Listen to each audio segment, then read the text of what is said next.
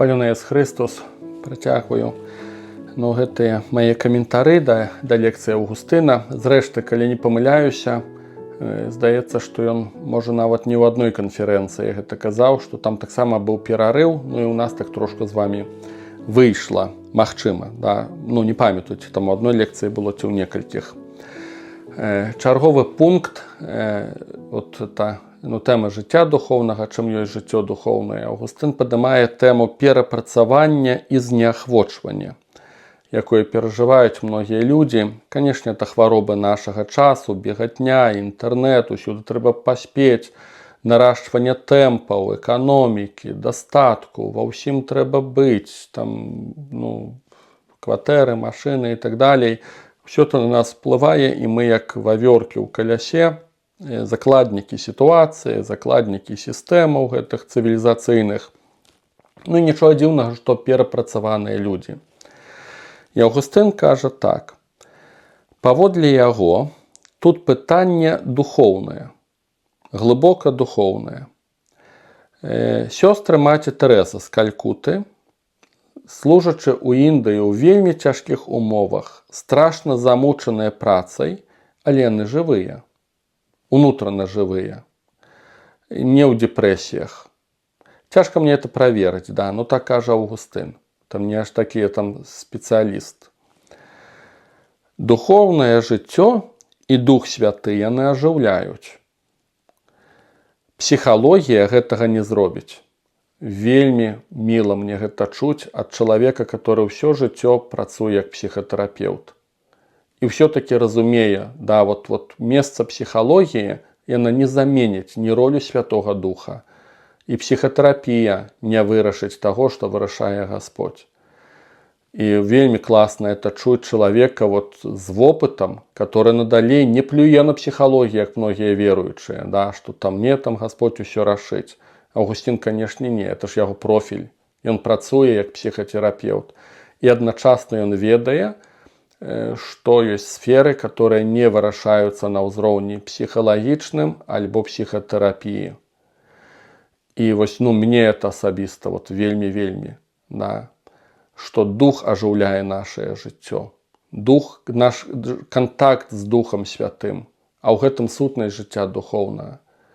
І таму, калі ўсё правільна ў нашым жыцці духоўным, то якое б не было перапрацаванне, у якіх бы умовах, па ідэі, мы не знаходзіліся, гэта ён жывая вада. На што звяртае ўвагу Аўгустын. І падобную тэзу я недзе чуў у Александра Шевченка, у пастара. Ён казаў, што веруючы чалавек не мае права на дэпрэсію.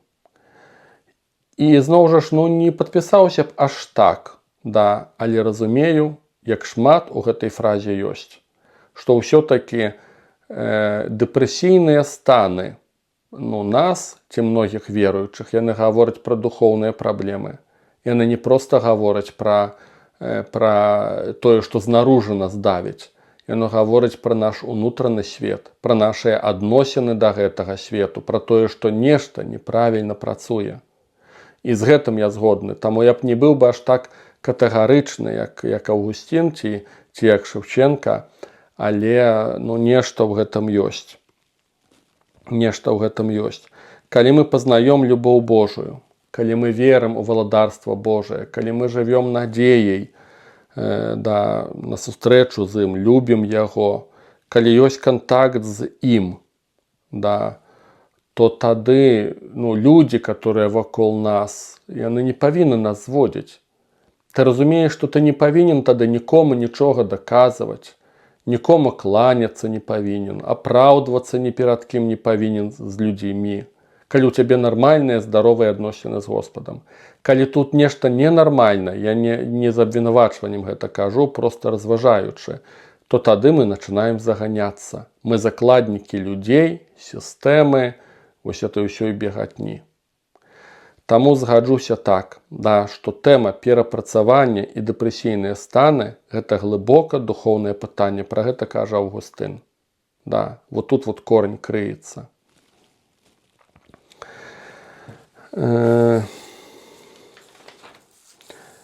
Аўгустын кажа яшчэ, цытата: «Неўроз і дэпрэсія – гэта месца для жыцця духоўнага.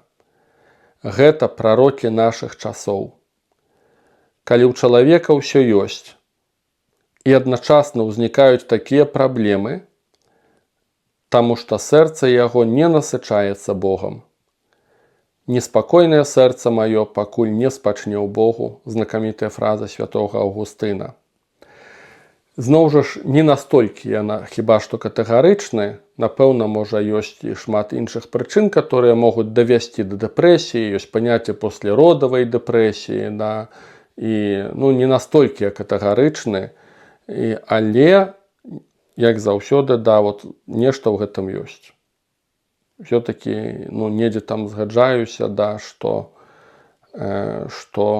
сапраўды это праблема нашага часу, што ў людзей усё неабходнае ёсць для жыцця, добрыя ўмовы, і адначасна гэтая пустата нейкая ўнутраная, нездольнасць справіцца з самім сабой, яна даводзіць да такіх ці іншых праблемаў, хваробаў.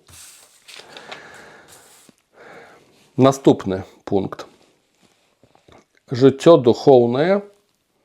Чалавек, который вядзе жыццё духоўнае, ён ніколі на 100% не ўпэўнены ў сваёй праваце.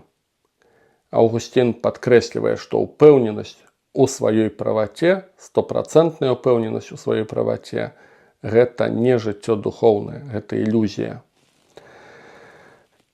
Калі чалавек на 100% ведае, гэта страшна, кажа Аўгустын. Гэта значыць, што ён не шукае. А жыццё духоўнае – гэта пошукі. Гэта ўвесь час у дарозе. Рэлігія без жыцця духоўнага, паводле Аўгустына, яркі прыклад – гэта іслам. Чаму многія людзі, это ўжо даўно звярнулі ўвагу, такі папулярны іслам у нашыя часы ў Еўропе, таму што там усё ясна. Іудаізм быў такі проста папулярны, таму што чаму не разумелі Хрыста, не разумелі апостала Паўла, таму што там былі правілы, ўсё ясна. Шабат, нельга таго, нельга сяго, парушыў, ідзі абмывайся, да, то есть там былі чётка прапісаны правілы. А Христос і Павел, як вучань ягоны, яны прапаведваюць іншыя. Яны прапаведваюць шлях, ты ў дарозе, Дух Святы вее, дзе хоча, і не ведаеш, адкуль прыходзіць і куды ідзе. І усе маюць норы і птушкі, лісы маюць норы, а птушкі гнёзда, а сын чалавечы не мае дзе галаву скласці. Вось гэтая неўпэўненасць, каму яна такая патрэбная? Дык а ў гэтым-то і ёсць жыццё духоўнае. Ты з Богам ідзеш у дарозе, Бог прыходзіць да Абрагама, который ёсць качэўнікам. Гэты вобраз вось у дарозе, гэта ёсць жыццё духоўнае. Тут ёсць пошукі, і тут ёсць рост, і тут ёсць змены. Я, который сёння, это не той, который 10 гадоў назад. И это может быть стагнация, может быть регресс, а может быть рост. А там, где стабильность у жыцці духовным, там страшно, там катастрофа. Это значит, что жыцця духовного там нема. Аўгустын кажа, што характэрнай рысай вось такой так званай стабільнасці ёсць іслам, а я б сказаў бы поўна ў нас гэтага. У праваслаўі бачу гэтага поўна, вось этой праблематыкі, такой упэўненасці, і ў нас гэтага поўна. Я, ведаеце, захапляюся гэтымі словамі групы «Воскресенье», такая савецкая рок-група была. Сэнс такі: я боюсь тех, кто вечно правы, я шугаюсь этой правоты. І не ведаю, які ваш вопыт, я калі чую людзей, которые адразу на старце гатовыя вучыць, і ў іх ёсць адказы на ўсё, я адразу такі: о, не са мной, дарагія, не са мной. І я разумею, што это ілюзія, да, падпісваюся пад словамі Аўгусціна, што гэта ілюзія, вось гэта такая самаўпэўненасць у сабе.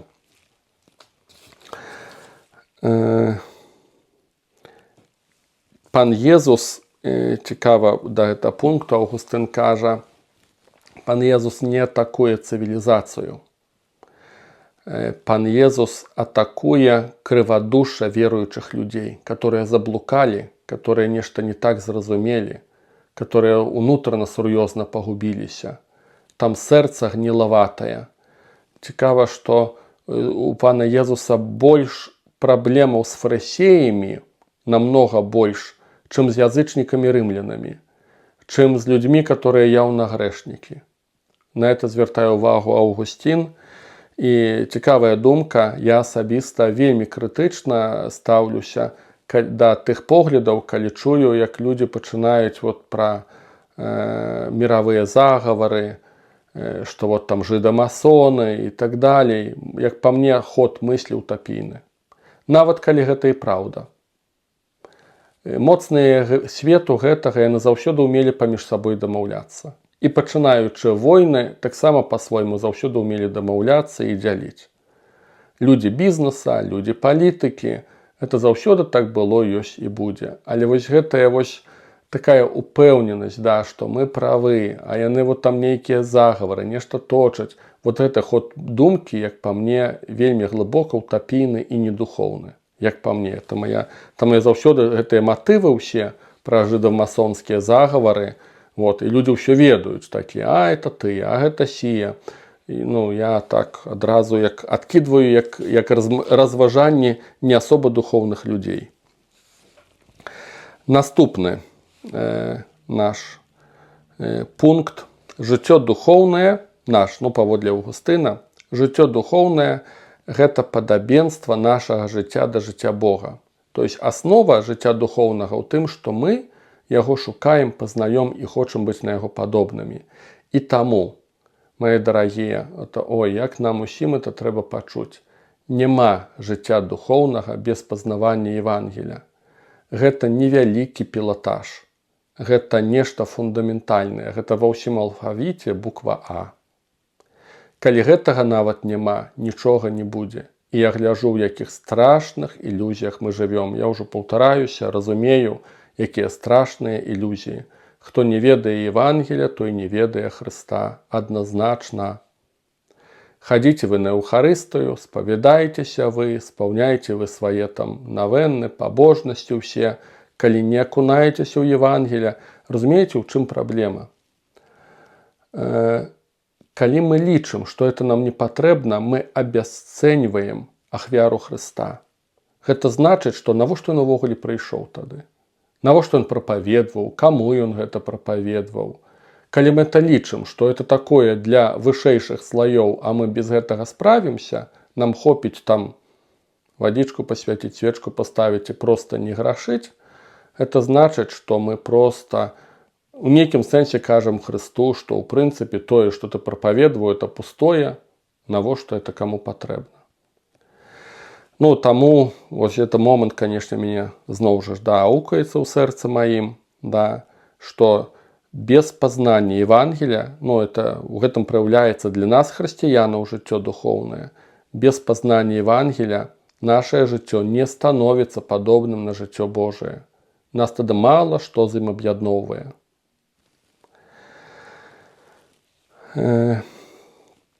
Можа, яшчэ да гэтага дадам. Аўгустын разважае пра жыццё духоўнае. Жыццё духоўнае – гэта яна не мэта сама па сабе. Каб не было так, мы вядзём жыццё духоўнае, якія мы малайцы. Мэта ёсць сам Гасподзь. А жыццё духоўнае – это тэхнічны тэрмін, канешне. Гэта шлях, гэта дарога, на якой мой дух пачынае пазнаваць і сустракацца з Духам Божым. Вельмі класна казаў нехта з кардыналаў альбо Данілю, альбо Люстыжэ, я не памятаю. Але класная фраза была, што жыццё духоўнае – гэта не вера ў нешта нематэрыяльнае. Гэта сустрэча духа чалавечага з Духам Божым. Без гэтага жыцця духоўнага няма. Таму, калі я разважаю разам з Аўгусцінам і каментую ягоныя погляды пра жыццё духоўнае, то это, для мяне само па сабе, яно ні аб чым жыццё духоўнае. Гэта дарога, которая вядзе да Бога. Вот мэта. Вот пра што ідзе размова.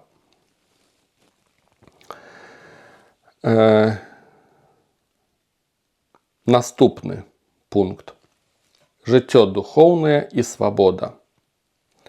Это один з таких момантаў, который хіба што найбольш мяне ўразіў у лекцыі Аўгусціна. Здаецца, што яму там нават нехта пытанне задае і кажа: «Ойча, які найбольшы вораг жыцця духоўнага?» Аўгустын нават не задумаўся, адразу адказаў: гэта насілле. Таму што жыццё духоўнае магчыма толькі для вольных людзей. Жывёлы не вядуць жыцця духоўнага. Жыццё духоўнае звязана з выбарам, з богушуканнем, як мы казалі, з пазнаннем, з памылкамі, з грахамі. Ты памыляешься, падымаешься, ідзеш. Вот это вот ёсць жыццё духоўнае. І толькі свабодны чалавек, без прымусу, без насілля, здольны яго весці. Таму все вот гэтыя нашыя схемы загнаць, маніпуляваць. Я вот колькі разоў чуў, вот як людзі разважаюць, у добрай волі разважаюць, да, што ну да, там веры няма ў майго сына, там ці ў дачкі маёй, ну але ну няхай хоць ходзіць са мной у касцёл, няхай хоць пастаіць, няхай хоць нешта зробіць, да, а ну ж там нешта памяняецца. Вот як па мне ў корні неправільна. Канешне, Бог можа дзейнічаць, і цуда адбудуцца, і нешта наказанне пачуюць, але Бог точно так жа можа дзейнічаць, калі ён у хаце сядзіць. Ну, Гасподь жа ж панад часам, панад месцам. Вось, але што крыецца за такім спосабам мышлення? Вот загнаць, таму што крыецца рэлігійнасць. Да? Нам здаецца, што калі нейкія формы рэлігійнасці там праявяцца, мы тады ўспакайваемся. Дык а тут няма яшчэ жыцця духоўнага. Таму што жыццё духоўнае ў свабодзе. Паглядзіце, што Гасподь нідзе нікога не змушае. Ён прапаведвае, ставіць людзей перад выбарам. Людзі самі за ім ходзяць, самі слухаюць, самі прымаюць рашэнні. Калі нечага не разумеюць, да, вот эўхарыстыі не зразумелі гэтай тэмы складанай, таму што па сутнасці Христос як канібалізм сядно прапаведвае, хто будзе есці цела маё і піць кроў маю. Людзі адыходзяць, Христос кажа вучням: ці вы хочаце адысці. Калі ласка, ідзіце. Канешне, это трагедыя такі адыход, это катастрофа, але па-другому ніяк. Жыццё духоўнае магчымае толькі для свабоднага чалавека, не насілля. У сваёй волі мы выбіраем Святога Духа, прызнаем Господа нашым збаўцам, па-другому ніяк. Это вобраз мне, канешне, малюецца матрыцы. Ты таблетка чырвоная, сіняя, выбірай. Ты вобраз як все адно, як і ізраільскі народ з Маісеем на гары Сінай. І Бог тады кажа: выбірай. Жыццё ці смерць, благаслаўленне ці пракляцце. Са мной ці не, выбірайце, ніхто вас не гоніць. Канешне ж, наступствы выбору будуць страшны, але ўсё адно, ну по-другому ніяк. Выбірайце. Пасля Маісея Ісус навін будзе паўтараць, бо народ зграшыў, народ памыліўся, здаецца, і ў хвост, і ў грыву, і не надо ім там ніякага выбору даваць. Не, Ісус навін зноў ставіць іх перад выборам. Выбірайце. Вот это вот ёсць жыццё духоўнае. Ну, неяк так. І таму, калі я толькі бачу вот, ну, гэтыя матывы насілля, я это называю ультрас. Да, это такія крайнія, так у Польшы ва ўсякім разе казалі, ультрас это такія балельшчыкі крайнія, крайніх правых поглядаў, такіх нацыяналістычных часта. Яны б'юцца часта, да, разборкі там после футбольных матчаў. Дык вось часта мы себе паводзім, як, ну, у касцёле бачу такіх людзей, як ультрас. Вось гэтыя жанчынкі, бабулькі каталіцкія, загнаць, змусіць, ксяндзы, которые камандуюць, да, это вот такі вот ультрас. І там няма жыцця духоўнага. Яно там не можа нават нарадзіцца. З такім падыходам там няма нават асноваў ніякіх. Христос, калі прызывае вучняў, кажа: калі хочаш ісці за мною, прадай усё, што маеш. Ты не вымушаны гэтага рабіць. Это твой выбор. Калі хочаш, прадай. Калі хочаш ісці, ідзі. Вот тут вот нараджаецца жыццё духоўнае.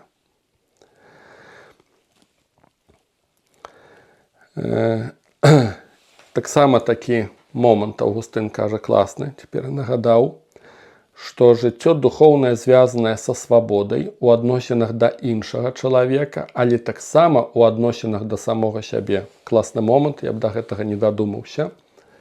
Гэта значыць, што ты калі разумееш, што ідзеш шляхам жыцця духоўнага, і тут дынаміка, і тут можа быць рост, але можа быць і стагнацыя. І ты дазваляеш сабе рызыкаваць і памыляцца. І ты дазваляеш сабе быць сабой, называць рэчы сваімі імёнамі. І гэта ты прымаеш рашэнне, што я не хачу быць падобным да таго ці да іншага. Калі няма такой зрэласці духоўнай, мы заўсёды некага капіруем. Мы перажываем, што мы не дацянуліся да нейкага ўзроўню, бо ў нас малюецца эта карціна, што мне трэба да некага дацянуцца, я вымушаны. Дык вось унутраная свабода да самога сябе, яна табе дазваляе назваць рэчы сваімі імёнамі, не жыць ілюзіямі нейкімі, а перажываць свае адносіны з Господам асабіста. Нават калі нехта ўжо лётае ця карол, а ты ўсё адно там як птушка, которая малая, не может нават ад зямлі адарвацца. Але ты прымаеш это, да, я птушка, гэта малая птушка, птянец, а нехта там лётае, ён далёка, да, а я тут. І это ёсць жыццё духоўнае, свабода таксама ў адносінах да самога сябе. У жыцці духоўным нельга пераскочыць. Тут усё паслядоўна, кажа Аўгусцін. Тут няма прыжкоў, таму што няма насілля. Тут усё паслядоўна. Чарговы пункт. Жыццё духоўнае і эмоцыі. Зноў жа ж, вельмі класна это чуць менавіта ад Аўгусціна, который псіхатэрапеўт, і ён кажа, што жыццё духоўнае гэта не нірвана, гэта індуізм, такі стан такі класны, да, мір прыйшоў, такі часта людзі это шукаюць. Я прыйшоў там на дарацыю, надо, каб мір быў, на малітве праслаўлення, каб мір быў, надо, каб нешта так класна перажыць. І Аўгусцін кажа, жыццё духоўнае гэта не нірвана, а гэта тузаніна. Польскае слово шарпаніна, кажа Аўгустын. То есть ты ўвесь час у напрягі ў нейкім, да? Ты ўвесь час змагаешся. І гэта тузаніна паміж прагненнем быць з Богам і нашай людской слабасцю. Гэта ўвесь час барацьба. Гэта ўвесь час безабароннасць, гэта рызыка, гэта давер, гэта вера. Аўгустын кажа, што мы зашмат месца ўдзялілі эмоцыям. Клас это чуць, ад яго як псіхолага-тэрапеўта. Ён кажа, мы зашмат удзялілі эмоцыям. То есть ён прыдае шмат увагі эмоцыям, ён тлумачыць у сваіх лекцыях многа чаго. Але канцэнтрацыя на эмоцыях, на перажываннях – это не жыццё духоўнае. Яны важныя, але жыццё духоўнае – гэта думка, это Аўгусцін піша. Жыццё духоўнае – гэта думка, гэта выбар, гэта сустрэча, гэта пазіцыя, прынцыпіяльнасць, факты. Это жыццё духоўнае.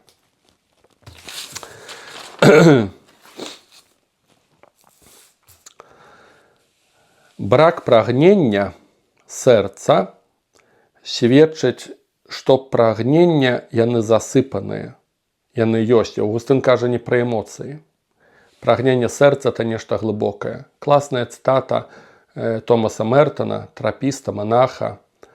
Ён кажа, што прагненне сэрца прысыпанае павярхоўнасцю. У нашым жыцці поўна ўсякіх павярхоўнасцяў, мітусні, ведаў, нават тэалогіі, там нейкай духоўнасці іншых людзей.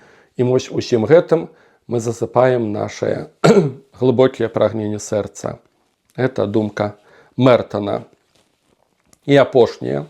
Нешта горла мне садзіцца за многа ўсяго, але слава Богу, неяк мы, ва ўсякім разе, я трошку справіўся, не знаю, ці вы там паўцікалі, ці не. І апошняе плёны жыцця духоўнага. Сустрэча з Богам жывым нас мяняе. Вот пра што ідзе размова. Калі мы не мяняемся, калі пакаянне не нясе ніякіх плёнаў, калі перажытая малітва не нясе ніякіх плёнаў, калі пазнанне слова жывога не памяняла нас, тады вялікае пытанне, пра што ўвогуле размова ідзе. Жыццё духоўнае павінна даваць плёны. Апостол Павел у пасланні да Галатаў будзе казаць пра плёны Святога Духа. Сустрэча са Святым Духам нас мяняе. А жыццё духоўнае, як я ўжо казаў, гэта сустрэча нашага духа з Духам Божым. Яно павінна нас мяняць. І плёны жыцця духоўнага кажа Аўгусцін, гэта любоў да Бога і людзей, жаданне служыць Богу і людзям, асабліва убогім, абяздоленым. Гэта ахвярнасць і гэта унутраны мір, не эмацыйны. Гэта ўнутраны мір сярод крыку гэтага свету, сярод катастрофаў гэтага свету. Я б яшчэ дабавіў бы да гэтых плёнаў жыцця духоўнага, што гэта адзін з плёнаў, гэта, назовём это так, быць адвакатам, заступнікам людзей бяздоленых. Вот тое, што Аўгустын раней трошку казаў, што чалавек, который вядзе жыццё духоўнае, ён не абвінавачвае іншых. Вось гэта адзін з плёнаў жыцця духоўнага. Ты не кідаешся на іншых. Это адзін з плёнаў. Ты прабуеш нават у праблемным чалавеку знайсці нешта светлае, нешта Божае. Вот так вот робіць Гасподзь. Это ягоны характар. Не абвінавачваеш яго, а прабуеш падняць, бо Бог не надламаюць, не зломіць надламанай трасціны, не пагасіць тлеючага кнута, кажа Святое Пісанне. І вот это вот такое заступніцтва, са зла уметь убачыць нейкае добро, у паскудным чалавеку убачыць нешта светлае. Вот это вот ёсць плёны жыцця духоўнага. Дзякуй за трываласць вам. Спадзяюся, пойдзе вам гэта на карысць. Пахвалёны Езус Христос.